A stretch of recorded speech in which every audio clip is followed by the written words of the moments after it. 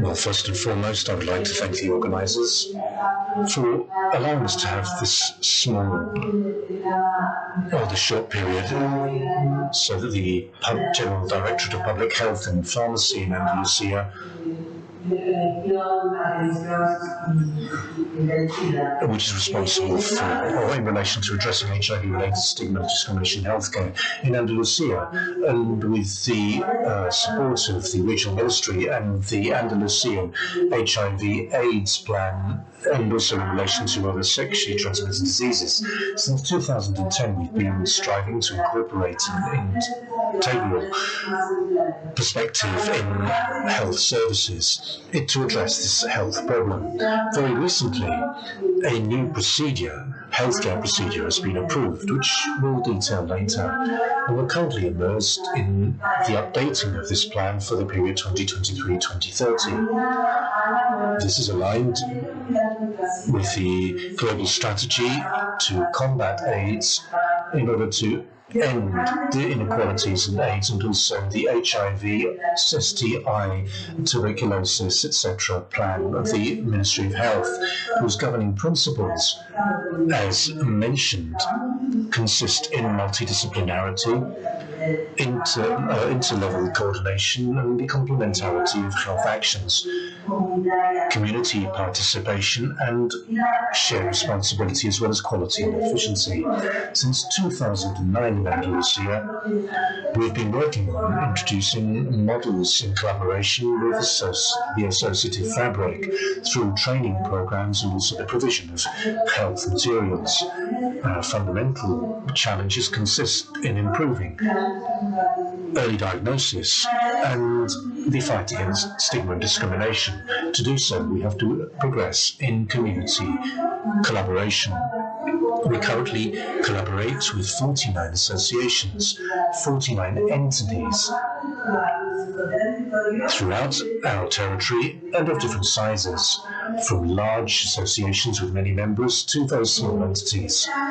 This year, additional progress has been made at the methodological level in this collaboration, and we've also improved an external procedure in relation to the way in which we can collaborate with entities and ensure that they perform the early diagnosis method to ensure that referrals are made to the corresponding health services. The results in recent months have been the detection of 816 people who have tested positive for HIV, of which 112 are women and over 700 men, and the confirmed cases correspond to 91.6% of those detected. A training program has also been implemented along these lines to implement this procedure, and we've trained 732 professionals so far in the different health services of the different NGOs. Another internal process has been implemented within the healthcare service in order to address discrimination and improve fluidity of care services. And a primary care reference person has also been established, so that all of the first city in Andalusia that adhered to the Paris Agreement and to join the Fast Track project. And subsequently, an additional project has been launched at the Directorate Chamber, where I work on control and prevention. María, Carmen, Zamora, and all of these other colleagues have provided tremendous impetus and enthusiasm to develop this. And we now have an Andalusian Fast Track program. So we currently have more than 100 municipalities in Andalusia that have signed up for this commitment. So we continue to advance, we continue to progress, and we will try to advance in relation to this intersectional development, collaborating with the mental health departments and the divisions responsible for dealing with people with addictions. We're currently immersed in the development of a training program with health professionals in which we've incorporated a specific module to address the problem of stigma and discrimination. We believe that this is an essential path to take, and we've currently trained 300 professionals in recent months. That's all I would like to say, and I'm delighted to have had this opportunity to express our enthusiasm and our experience. And perhaps I would like to hand the floor to Teymur, who would like to continue with the round table. Does this work? It doesn't work? It does work. It does work. Great. Thank you so much, Teresa. So Teresa and I are super honored to be chairing this first roundtable discussion. Before I ask the panelists to briefly introduce themselves, Teresa and I really want this to be an interactive session, so please do feel free to raise your hands and ask the panelists whatever you want to in relation to stigma in the healthcare setting. We have prepared some questions, but we would really like for you to raise your hands and take the floor. So, Concha, if I can ask you to start introducing yourself just briefly. Buenas. Good afternoon. Thank you very much. I'd like to thank the organisers for having me on board for this roundtable. My name's Concha Amador. I'm an expert in infections, and I have been devoted to people with HIV virtually ever since the beginning of the epidemic. I've also worked in relation with SEISIDA in Spain, and I've also been the president of the Spanish Interdisciplinary Society. I'm the Vice President for Regional Relations at IAPAC and the Fast Track Cities Initiative. It's an immense pleasure to be here today, and I take just 1 minute of the opportunity to congratulate Spain, not only the Minister of Health, but also the previous one, Carolina Darius, who has been the person who has involved all the fast track cities, and I cannot go without notice all the efforts from Julia del Almo, de Carlos Iniesta, de Jorge Garrido, of much longer list of persons, and also of Andalusia, Sevilla, of course, Fernando and Lola, and also Carmen from the Andalusia government. Thank you so much. Luis? Hello, a pleasure to be here. I will not assassinate the languages in Iberia. I'm very glad to assassinate English, but that's another story. My name is Luís Mendão. I'm also from Portugal. I'm living with HIV since '87 because I had the seroconversion. And with hepatitis C that is now gone since the early 80s.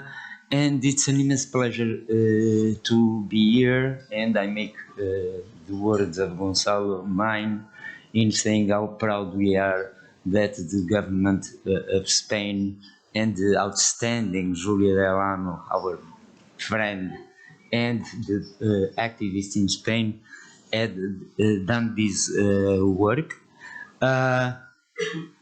And also say that though I'm politically independent, not neutral, I was very worried during some months to protect this event in its full expression. Thank you. Hello everyone. Is it working? I'm not sure it's not working. Yes. Now it's working. Okay, perfect. My name is Anna Koval. I'm originally Ukrainian, and before the 24th February 2022, I was working in Public Health Center with Ministry of Health of Ukraine, and I was working with a PrEP implementation on the national level. Nowadays, I'm working in a university hospital in Hamburg, in Germany, and I would like to really express my gratitude again to everyone, just to be able to be this part of conversation here and to be able to have a talk here. Thank you very much. Buenas tardes. Good afternoon. My name is María Velasco. I am a clinical doctor. I specialise in infections, and I focus in particular on treatment and services for persons with HIV for some time. I'm not going to tell you how many years, but virtually ever since the beginning of the pandemic, and I'm currently the Vice President of SEISIDA, which is the Spanish Association for Infectious Diseases and Clinical Biology, and thank you very much for your invitation. Good afternoon. My name is Milosz Parczewski. I'm a doctor. I'm from Poland. I'm also an infectionologist. I work with persons with HIV, I'm the Vice President of the European AIDS Clinical Society, and I'm also President of Polish AIDS Clinical Society. We've been working with HIV for many, many years. I represent also the clinical part of the service, and we are coordinating both HIV care in the country from the national perspective, and also I'm involved in the work of EACS related to standards of care, stigma, and various other projects. Thank you. Thank you so much. So we've got an excellent panel here. So Luis, if I can start with you, and maybe then Concha, maybe why is it so specific with HIV-related stigma? Why are we focusing on not other areas of stigma, for hepatitis, cancer, diabetes? What is it that makes HIV so specific and important to discuss? I think that HIV and AIDS epidemic bring together all sorts of stigma and discrimination. Of course, I was a young student in Paris at the time, and I thought, well, our freedom is over. And it was not the case completely, but it was more or less that. And but there was also a fact of fear, because it was a disease that was killing people after you had the disease. All of them would die. So I think that it's a very good choice to choose healthcare and HIV-related stigma and discrimination, but because it's maybe the highest symbol of what happened in the last century and in these 20-some years in this century. But what I would like to convene here is that if key populations affected by HIV and health policies for these key populations are not addressed, then we will not end HIV and related stigma. People that use drugs, migrants, racial minorities, other undocumented migrants, and people doing sex work, the sexual minorities or LGBTQI plus decision, people in prisons, that is quite often forgotten, are essential to have evidence and human rights-based health policies in place to solve this problem. And if there is a place where stigma and discrimination is even less acceptable, it's in the healthcare setting. Thank you so much. Concha, you want to jump in? Sí. Bueno, Luis le ha comentado, quizá la infección por VIH... This is mentioned perhaps since the beginning. This has been related very closely to prejudice and fear. And even today, we know that there's a percentage of the population which continues to believe, well, that this refers to, or associated with inappropriate behaviours. And there's studies carried out by SEISIDA that indicate that up to 10% of the population didn't want to have contact with people who had HIV. And this clearly damages and undermines their quality of life. And this prompts them to conceal their disease because they don't want to suffer this discrimination. So it's one of the diseases, together with mental health disorders or diseases, which are associated with greater stigma.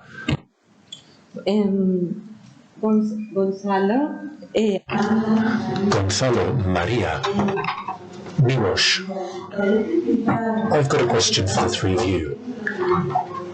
Could you just give us some insights from the perspective of your roles, how you've addressed stigma and discrimination in non-health centres?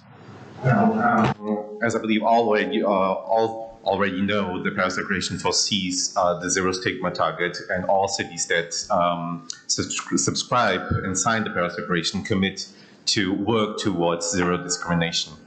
That is also the case, and I will have the honor of having also Jorge Garrido presenting this later on today, the Seville Declaration that was signed exactly in this hall last year in October also foresees in its 8 points that cities work with communities, and that's central and key for us towards the achievement of the zero stigma and discrimination goal. Besides that, we also launched a training course for health facilities as one of their quality indicators improvement to have healthcare-free facilities. And there are a checklist almost of every item that we think, and of course this is work in progress, and we would love to hear out of the EAC survey also what comes out of it, so we can update that document and that training, so we can have health facilities that have non-judgmental language and can welcome all types of key populations, as my colleague Luis was saying. Besides that, we also carried out a survey last year that we would like also to do it again, to ask cities which indicators are they monitoring for HIV-related stigma. And to our surprise, there are none, because we simply don't know. So we are at, despite us being very far on the discussion, translating this knowledge into action, I believe that's where we are lacking our efforts and where we need to, without fear, I would say, because stigma is already, the fear is already in there. But even if we make mistakes throughout our path, it's fine. We can adjust and we can learn from it. So I believe that's what we need to do in the future also. Anna? Thank you. So back then, when I was working in a public health center, we were really cooperating quite close with non-governmental organizations who are working with all of the key populations. And I would definitely say that it's quite a really fruitful cooperation, because we were really able to understand the needs of different key populations around Ukraine. As you know, this is really wide and big country with several populations, such as not as only MSM and like sex workers, people who injected drugs, and it's really sometimes really difficult to understand the needs of each of these populations. So it was quite fruitful cooperation with everyone. Of course, we were trying, as a governmental organization, we were trying to go a bit more closer to bring to all of the societies through the social media, through the different events, the understanding, especially I can say about the PrEP, because this was my main role, that we were trying to show that the PrEP is completely normal for safe sex for everyone who wants to be safe and being free in his behavior, whatever you need and want and like to do during your life. So. And also, it was important for us to cooperate with all of the medical workers around the Ukraine. So we were trying to do several events and like trainings, and just to bring up all people all together who are working with HIV, hepatitis B, and all of the infectious diseases, to show that we have a variety of problems, but in our nation, all of us, medical workers, governmental, not governmental organizations, we can really improve the situation what we are having now.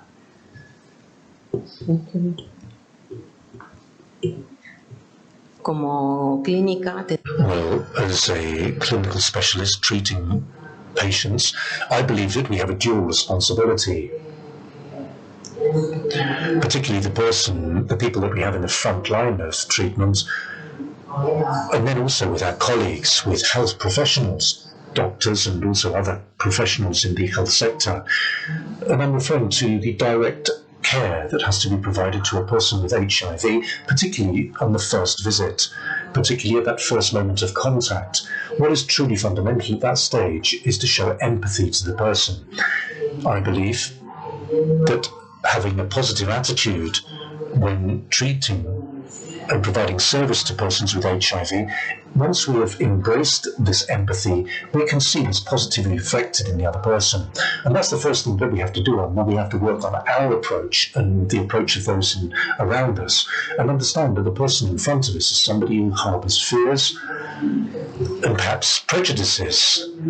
And the first thing that we have to do is validate that person's feelings and give them the necessary tools so that they are able to address their day-to-day lives. And I would say that it's really easy for us today. There's always good and bad news, but I would say that they tend to be more positive because with such an effective treatment, which can ensure that the virus is perfectly controlled, shouldn't mean that there should be room for any stigma or discrimination towards persons with HIV. And the first people who have to understand this are people who have HIV.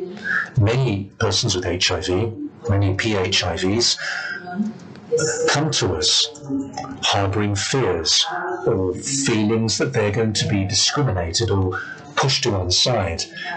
And it's true that in specialised clinics, well, those clinics or centres have worked for a long time on this, on really ensuring that people feel comfortable and at ease. So it's essential that professionals that deal with HIV sufferers, persons with HIV, have this experience and this training, although this may not be the case with other colleagues. And the second part of our responsibility is as follows. Just as we have to ensure that we can provide this treatment and also address this question of untreatable, undetectable, we also have to work with our colleagues, whether they are doctors and also other professionals in the healthcare sector. We are really important stakeholders because, for example, in our day-to-day work in hospital or in a health centre, we can transmit how normal it is to live with HIV. HIV is not a different condition. We have to make our colleagues understand, whether it's over coffee or over lunch, that attending and caring for these people is exactly the same as providing care to a person with another condition. And I believe that there's still a lot of work to be done in that respect. So, first, I come from Central and Eastern Europe, where stigma index is quite high. So you must remember also that we are coming from the setting when there is a certain, and we have been talking about that during the last days, during the meetings, that the setting of political stigma or systematic stigma is there. And actually, it's very difficult to tackle this political stigma. And here we have followed the advice of Julia de Amo, where we have talked about many years ago. We have been trying to identify key persons in Ministry of Health to slowly and steadily progress and talk about PrEP, talk about implementation of programs related to sexual health and HIV. So this is the first step. Then we, on top of that, during the last year and a half, we, as you know, have hosted significant number of refugees from Ukraine, and our HIV system has incorporated that.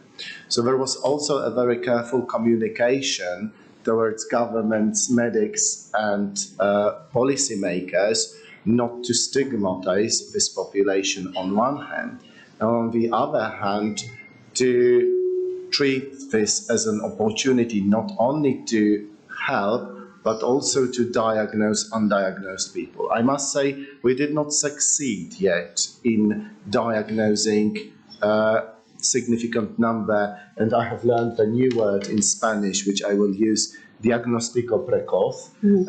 So we have late presenters in this population, which is 77–80% of migrants who come and are diagnosed late, below 350 CD4 count, or with AIDS-defining condition. So we are not yet there, but we are actually discussing how to make diagnostic more available in a non-stigmatizing manner in this population. Also, MSM populations, there is a kind of, again, stigma which permeates from high-level political system and parties, and we are also now in a very sensitive moment, not only before European AIDS conference in Warsaw, for which I strongly welcome you all to come, but 1 week before there will be a parliamentary election. And as you know, probably Spain is a very good example. This is a very turbulent time, and there are stigmatizing parties to the right, and then a little bit of more differences, and people and governing party certainly does not take a stand to fight it at the moment. So we are in a very delicate balance situation. But what we have been also doing as a Polish society for many years, we have been engaging GPs to try to promote testing, promote PrEP. We do not have free PrEP. People have to pay for PrEP, but we educate our physicians to be non-judgmental, to know how to approach young patients, which is not so easy, because very often in our populations, STIs and HIV are regarded as a kind of divina infection. So nobody knows where the infection came from, and we try to normalize and integrate it into the society. And I think this is what I wanted to say. Thank you. Thank you, Milosz. I think so. You have a question from the audience already. So I just want to tell everybody as well, we are a bit late, and Julia has said that we will eat 30 minutes into your lunch break. So you're with Julia, not us. Tatiana, please. Thank you very much. Tatiana Deshko, Alliance for Public Health from Ukraine. And I would like to speak about discrimination of another caliber, the one that leads to lives of both medical professionals and patients lost in Ukraine as a result of Russian invasion. 1 in 10 healthcare facilities has been either damaged or destroyed because of Russian missiles. It is thousands of healthcare facilities. Hundreds of doctors have lost their lives. Our patients with HIV or tuberculosis have been tortured and killed in Irpin and in Bucha. And no one has bear responsibility for that. Thus it will continue. It continues again and again. Back in 2014, when Russia occupied Crimea, patients who were receiving methadone were cut from treatment. They recorded a video message to the world, asking it to intervene. The world did not, and 100 people died because they did not receive their life-saving, their substitution therapy treatment. We should not be waiting to get Putin to The Hague. We should make sure that we as medical community can protect the rights and lives of our doctors and of our patients. We must act. I've been given an example yesterday of what we do with the Global Fund multi-country grant, where we record rights violations, but most importantly, we record responses to those and try to make sure that even every tiny violation and stigmatization is being responded to, that it does not happen again and again. So I think until we are more strong and more determined than the perpetrators are in violating the rights, we would never be able to stop stigma in healthcare or in our patients' groups. Thank you.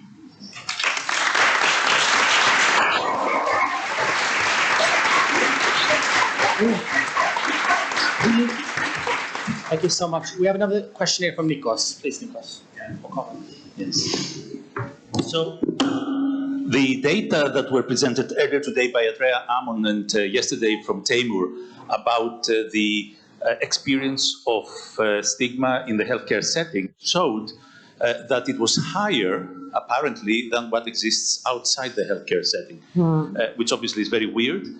My interpretation is the fact that when people are at the healthcare setting, are forced to declare their status, and therefore what we capture there is actually what is the pervasive percentages of the discrimination within society in general. So I think that this is something that I would like you to also explain of this difference. And then my final question to all of you is, what can we do? Only 2 days ago, we had a refusal of surgery in Greece from an anesthesiologist.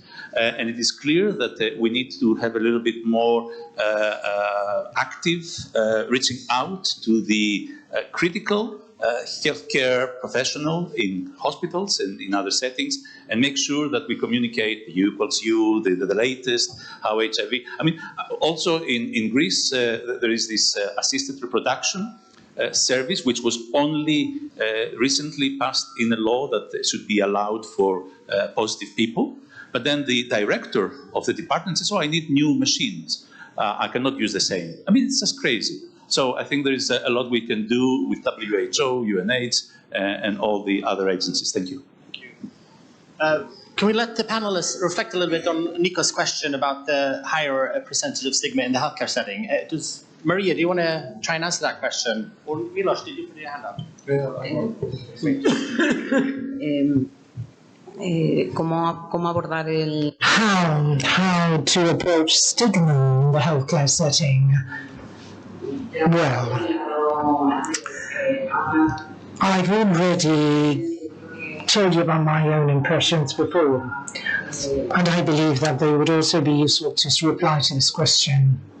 A very important issue to take into account is that to make sure that everybody and all healthcare professionals have an attitude that understands that HIV is a normal condition. We have to start training people, like Diego said.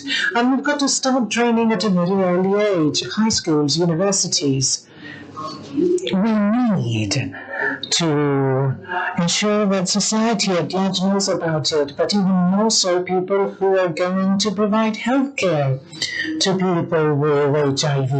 We have to make sure that they understand that it's something normal, it's a normal condition, and we have to understand that it can be done in many different ways. It was also mentioned before that using social media is a good idea, and I believe that this is something that could be extremely useful. It could be extremely useful to target certain age groups, certain collectives who essentially operate in this field.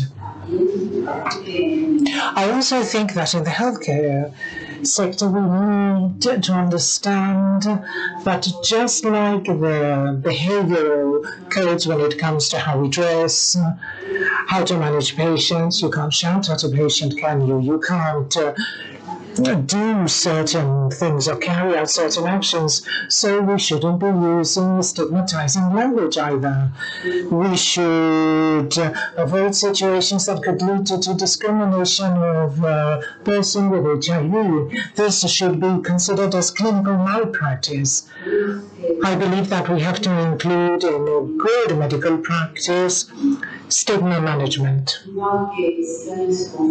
Just like when somebody gives somebody the wrong drug dose, we believe that that is malpractice, clinical malpractice or a mistake. The fact that you're using stigmatizing words with someone who, a person with HIV is also malpractice. HIV is just a disease like any other, it's a condition like any other, and anything that has to do with the management of somebody with this infection should be treated at the same level as any other individual with any other condition whatsoever at a healthcare center, primary or whatever.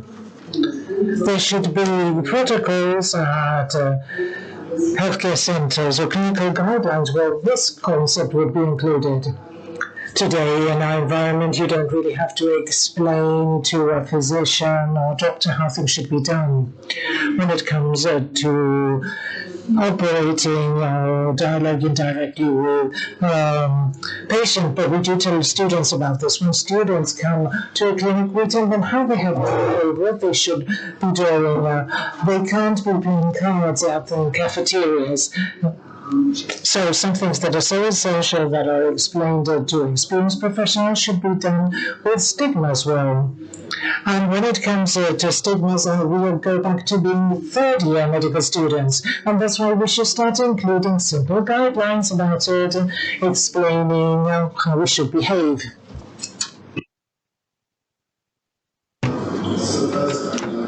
When in primer primer lugar, me gustaría darle las gracias por su pregunta tan importante y lo hemos visto en distintos entornos médicos a lo largo del tiempo. De hecho, también lo hemos considerado como dos tipos de estigmas. Un tipo de estigma en el entorno médico es el asociado con entender el tratamiento de la UE y la transmisibilidad, como por ejemplo muchos cirujanos tienen problemas a la hora de entender el riesgo reducido de transmisión si se trata a un paciente temprano con un diagnóstico precoz y con un buen seguimiento médico, y hemos estado trabajando precisamente con ello desde la Facultad de Medicina y con la formación, no solamente de residentes, sino también creando services more or less integrated. And then during PrEP early stages, there was a second type of stigma also related to understanding of risk compensation. So there was a lot of medical societies' resistance towards understanding and prescription of PrEP, which is a kind of stigma as well. It is still being addressed. It has taken a few years to actually address and decrease the stigmatization of PrEP recipients or people in need or looking for PrEP across various specialties, including GPs or venerologists for this matter, who treat STIs. It was actually a big and long-term battle, and the success is partial. We see improvement, but not as much as we would like to. Thank you. Ana, Luis, María, muchas personas que viven con el VIH provienen a su vez de grupos desatendidos y bien atravesando múltiples estigmas. Many stigmas that are related to HIV, with gender, sex, work, drug consumption. Prison. So do you think that healthcare workers are ready to manage the situation, yes or no? And if that were not the case, what efforts should we carry out to guarantee that this collective is going to receive the adequate training? For this question, as far as I see right now, what we are seeing in Germany, for example, with the PrEP and HIV prescribing the antiretroviral treatment and etc., lots of physicians, they're really informed about the K population such as MSM. But we should not ever forgetting about all people who are going from other K populations, and not only K populations, so, migrants and all of the different people, like we have in our hospital the checkpoint where we prescribing the PrEP, and this is really university hospital, which is the biggest one in Hamburg, in a city where there are 2 million people, and only MSM knows that they can come here to our hospital and get the PrEP. But what about transgender people? What about cisgender female? And what about sex workers? They don't have even this information that they might need this. And lots of people already coming with us as a late presenters with HIV and lots of comorbidities, and when we are asking them why you didn't get here before and just got the PrEP when it was the time, and they're saying we really don't have this information. So really the key point is, I would like to say that it's definitely the education that the PrEP is useful for everyone, and like it's not have to be focused only on MSM. I know this is the high population and the highest one with HIV privilege through another K population, but we have to understand that there are different people who might need, who we might help to do not get the HIV and just prevent them from the getting there. So I really think we really should be informed about that there are another people who in need of that. Thank you.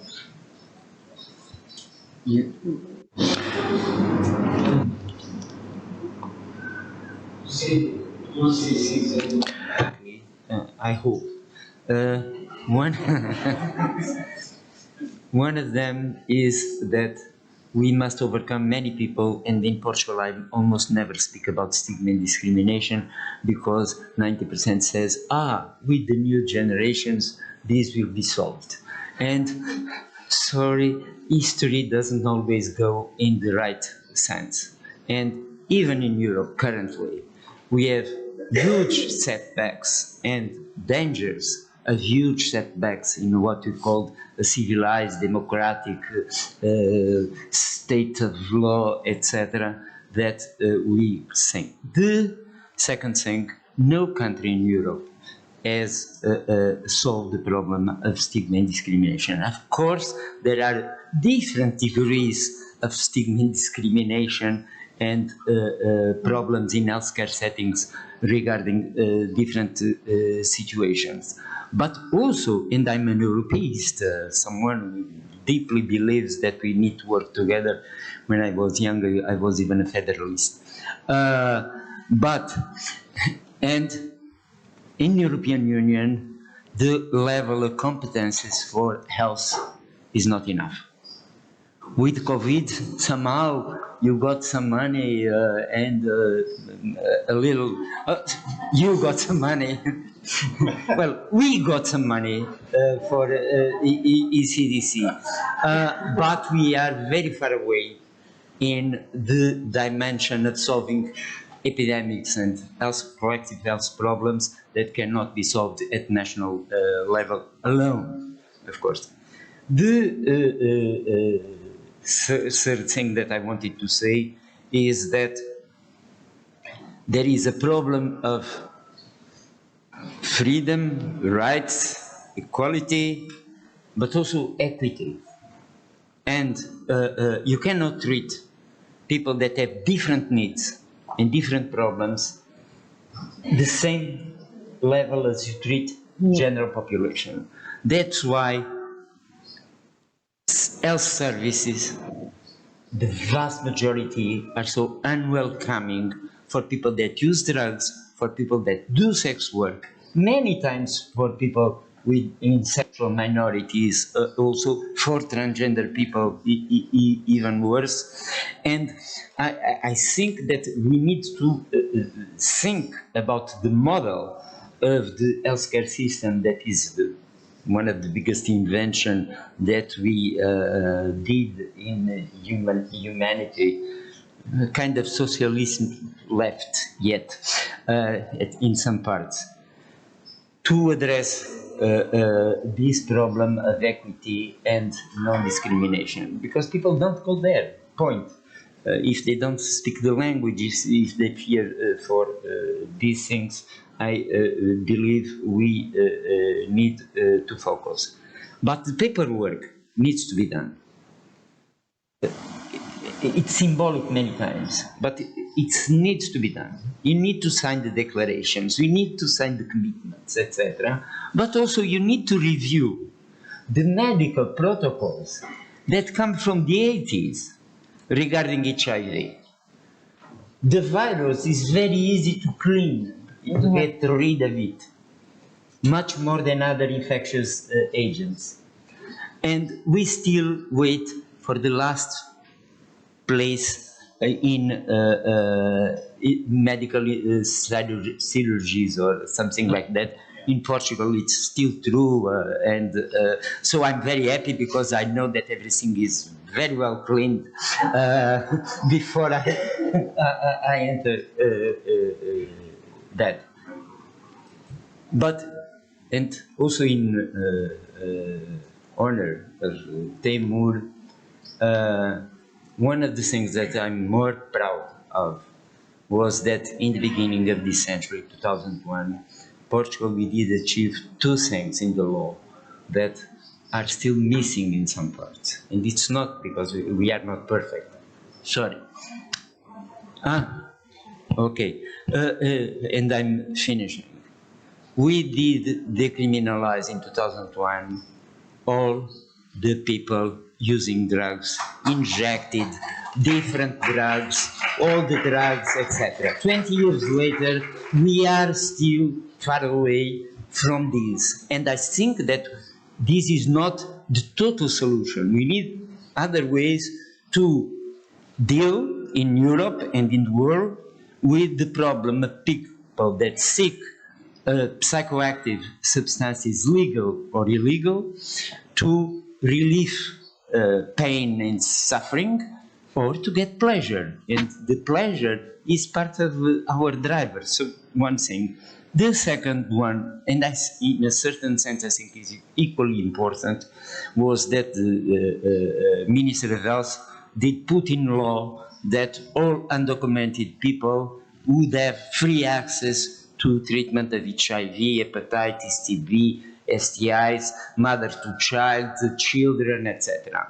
And it's really inadmissible on the public health perspective that we still don't have that in all around the European Union, all around the world, but in the European Union.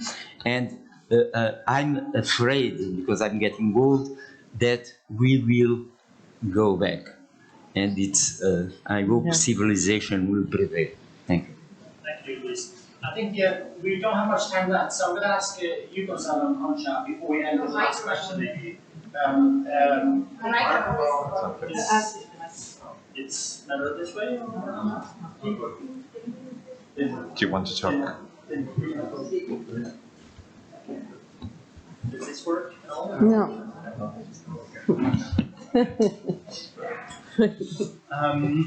So what's been coming up again and again is this issue of education of healthcare staff. So I was going to ask you, Gonçalo, how can we better build the capacity of the future and the current health workforce when it comes to ensuring a stigma and discrimination-free environment in the healthcare setting? Sure, and I believe this also addresses Nico's question. So the answer relies within the community.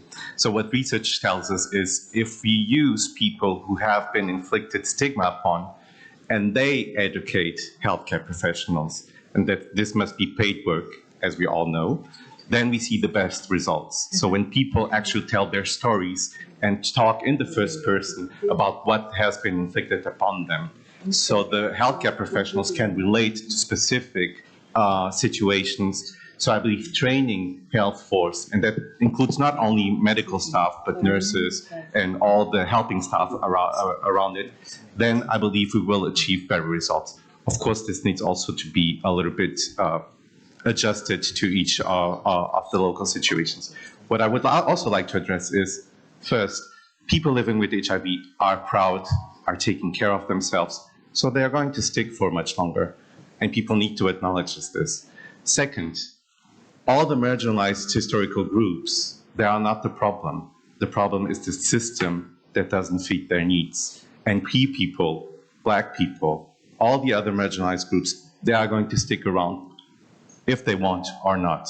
And on a positive note, I must say, we already see people, so queer people, transgender, etc., being in positions of power, which, of course, in the natural course of time, and the Times magazine has pointed out at least 2 transgender people in Brazil this year as world leaders that will shift our political movement. So I hope to see that also in Europe and also within the medical staff as well. As we know, we already have gay, lesbians, and also transgender persons in there as well. Sí, yo quería hacer algunos comentarios. I would like to make some comments with respect to this last question, something that I'd forgotten. Indeed, training of healthcare staff from a theoretical point of view is very clear, at least for all of us, but then in real actual life it's a bit more difficult to implement, like María was saying, involving professionals who actually study HIV have a huge role of responsibility to play, not only with their colleagues on a daily basis, but also becoming activists, and even more so in our daily professional life. But programs, entities needed to develop schemes, training schemes in all centers, and not only training for other skills, but for stigma and discrimination, as well as providing care to differences, providing care to groups who are distinct, which is precisely what we're talking about. And Milosz was talking about the pessimism about future generations in which we all have deposited our hopes. There's data that was presented at SEISIDA meeting. It's a federation of associations of medical students in Spain. And it was, you've seen that 2/3 of the people consider that they'll receive an eye for STIs, and HIV is not enough or is not updated, or what is even worse, they believe that the terminology that is being used to teach them is not resolving stigma. You're still using the comments, and I was happy to hear Dr. De Diego say that there was a question that was included in the national residency exam. I think that these are things that are always changing and moving, and that we should also cover ongoing change. And to conclude, this is a question for all the members of the panel. Could you please highlight 2 priority actions that you believe could have a greater impact to approach stigma and discrimination in the healthcare scenario? 2 proposals and only 2 minutes per speaker. Milosz, would you like to start? Bueno, muy rápidamente. Very quickly.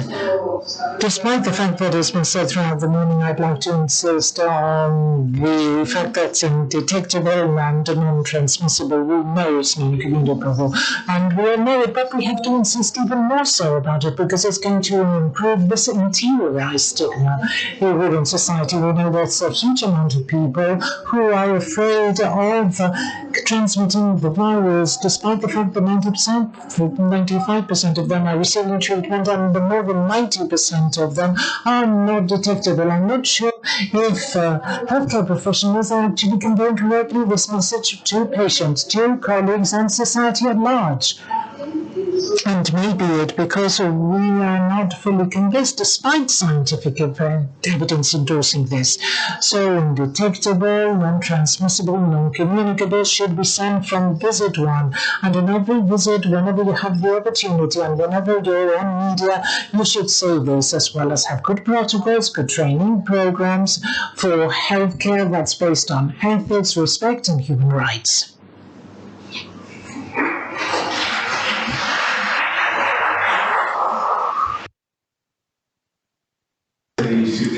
Is work with the healthcare professionals, definitely. We launched the HIV Zero Stigma Day this year, and we're going to do so next year again. So we want advocates, we want ambassadors for that day as well. So healthcare professionals have been an ally for the entire pandemic. I mean, when a doctor goes into infectious disease, they know they are going to work with people living with HIV, they are going to work with the queer community, with migrants, etc. So use them as also your ambassadors.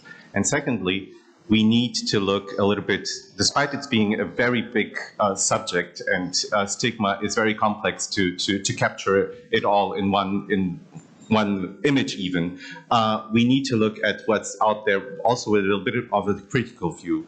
By that I mean, when we look, for example, into intersectional stigma, research focused on, for example, Black men who don't have access to PrEP, rather than on racism. And there is a positive change if we look into racism and not on the ones that have been inflicted by them. So that would say we need to have that shift also, and we need to look into the interdynamics of it. Politicians, healthcare professionals, and people living with HIV. Luis, 30 seconds. 30 seconds. So, Europe and the ministries of health and the healthcare responsibles need to check how things are. And I hope that will not be the levels of ignorance in the healthcare setting regarding these are huge. But we risk, if we put the questions, that you would understand what you should reply it will be misrepresented. And I think that's there in identifying really the lack of knowledge regarding the dangers of HIV and the related key populations that would be absolutely necessary without stigmatizing also the healthcare professionals, because ignorance is part of us. Thank you so much. Anna. I would definitely say, from my point of view, at first, accepting our differences. We all unique by our own ways, and this is what makes us really beautiful in this. So, and being united in our differences, this is the key point how we can help each other, because we should never forget that we are the human beings. It doesn't matter in which country we live, to which K population we belong or not belong to. We never have to forget that there were just humans, and it's just in our power to make this life better for everyone. This is the first point of view. And the second one, that each approach to everyone is different, and we have to be united in that. And it's not hard for us to talk about and really understand that it's not the place in this world for stigmatization, but we also have to spread it to the society, which is, I mean, I already heard on these past few days that it's easy for us who are working on a daily basis with HIV populations, people living with HIV, about the stigma and how to tackle this. But what about another society? They also have to understand that this is not a threat, that this is just the people living their lives, living their happy lives, and they have to understand that there is nothing which has to be stigmatized by another people. Thank you. Muy rápido. Very quickly, let's include the assessment of stigma and discrimination as an additional ethical aspect to be taken into account when assessing the professional level of all healthcare professionals, and also have an index to rate how in school these attitudes. So if I were to recapitulate key actions of impact in relation to stigma, and it would be nothing new. So the first one is training with continual medical education and capacity building. The second would be strengthening communication between medical actors and NGOs, which is, from our perspective, not strong enough from relation of patient need communication, PrEP, and also the communication towards non-medical societies where stigma is also a valid issue. And the last one, I will divert a little bit. I think development and promotion of home-based testing, so demedicalization of testing and movement towards novel testing issues would actually be associated with a reduction of stigma, promotion of our diagnostic of PrECOV, so early diagnostics, and also we would actually remove one step, which is important step where patient has to ask for HIV test, which for many people is a stigmatizing point and difficult to do, also from the context of migrant population. Muchas gracias.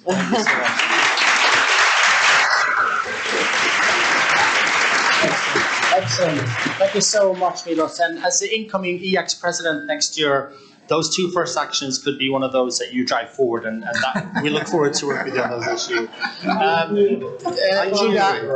Julia, it's in 1 hour we meet, yes? Teresa, I give you the word, please. No, bueno, solo... Well, I've learned a great deal from this experience, and you've given me great strength to continue working.